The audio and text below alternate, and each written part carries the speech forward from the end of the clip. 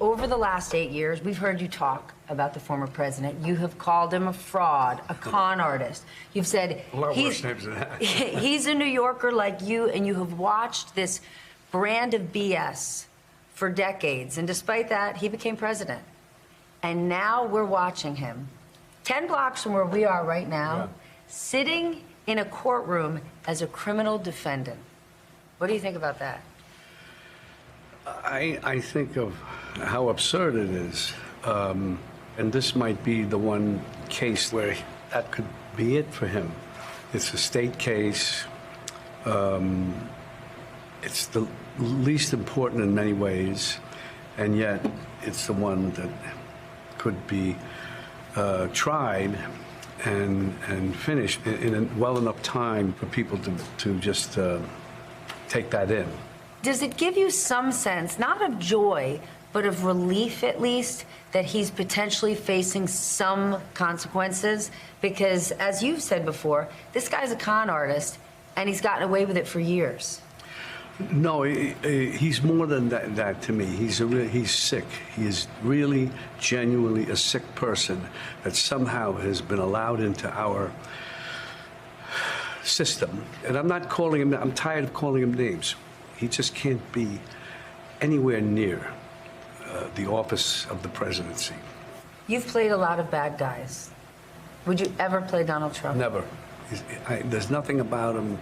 There's not one redeeming thing in him that I can see ever. And it's funny, I was just thinking that he actually became president. He could have done good things. Instead, he had to do it all wrong. He's so, as we all know, so narcissistic and self-centered. What do you say to those who say, I don't like the guy, but I'm going to vote for him? What's your message to them? I don't understand it. I don't think they understand how dangerous it will be if he ever, God forbid, becomes president. I don't think they really understand. And historically, from what I see, even in Nazi Germany, they had it with Hitler. They don't take him serious. He looks like a clown, acts like a clown. Mussolini, same thing. These guys, I don't know why, they look like clowns. They somehow, people, that element of society identifies in some ways with them, but it would be chaos beyond our imagination. There's no mystery about him. He's right out front, and what he says is what it'll be if he becomes president. Do you think our democracy is at risk in this election? I think that it is. I always keep saying democracy is great, of course, but democracy people take for granted. It's a word that some people don't even understand. They take it for granted. It's about right and wrong, period. The guy's a monster. It's beyond wrong.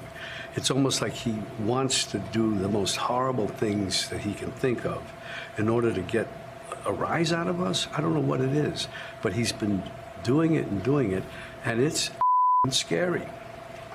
Are you Excuse my French.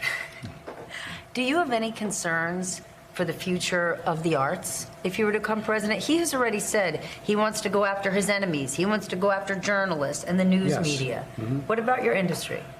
I believe he will. The only thing that I would think is that what'll happen is that he'll go after these things like he always impulsively, and he'll be stopped. There'll be pushback, a lot of it, and there might be as much pushback as needed, like in the streets, conflict that could happen, civil strife, because but he will try it. You have no upside in having this conversation, in speaking out against Donald Trump. You are making yourself a target. The interview will air, and he will immediately find a reason to talk bad about you in public. Yeah. But you're choosing to use your platform to do so. What do you say to other celebrities who don't want to alienate part of their fan base, don't want to step in harm's way, but they have similar megaphones that you do? You know, the idea to be bullied at my age by someone like this is not happening. I'm pretty sure you were never bullied. No, there was a kid sometime, this, that, but the point is not, and for the country, no.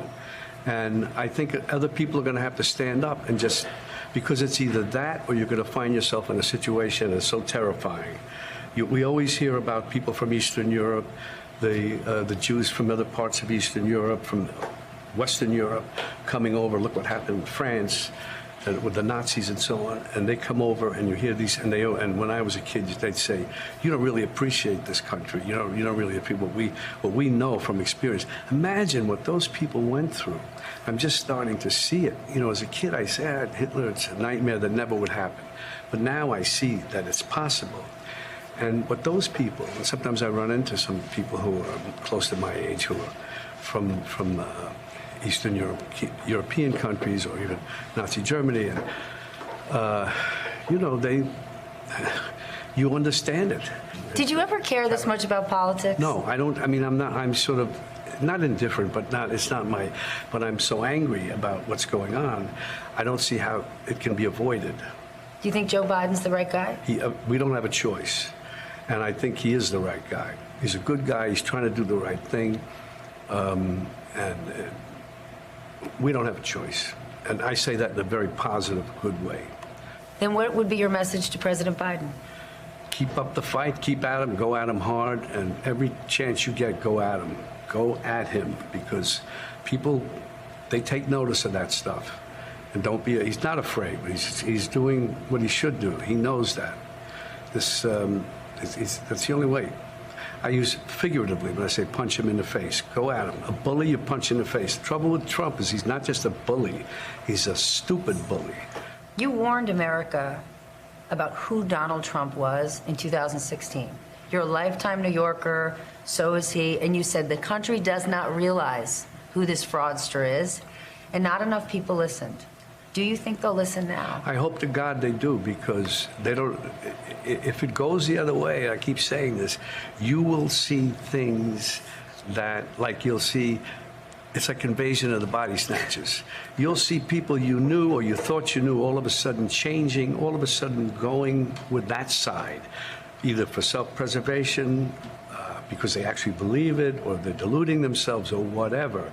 But then when that happens, and you walk into a restaurant, you see people you used to know, and all of a sudden they're just not opposing it. They're going with the flow, and that's even more scary, insidious, I guess, if you say it like that, and ultimately just depressingly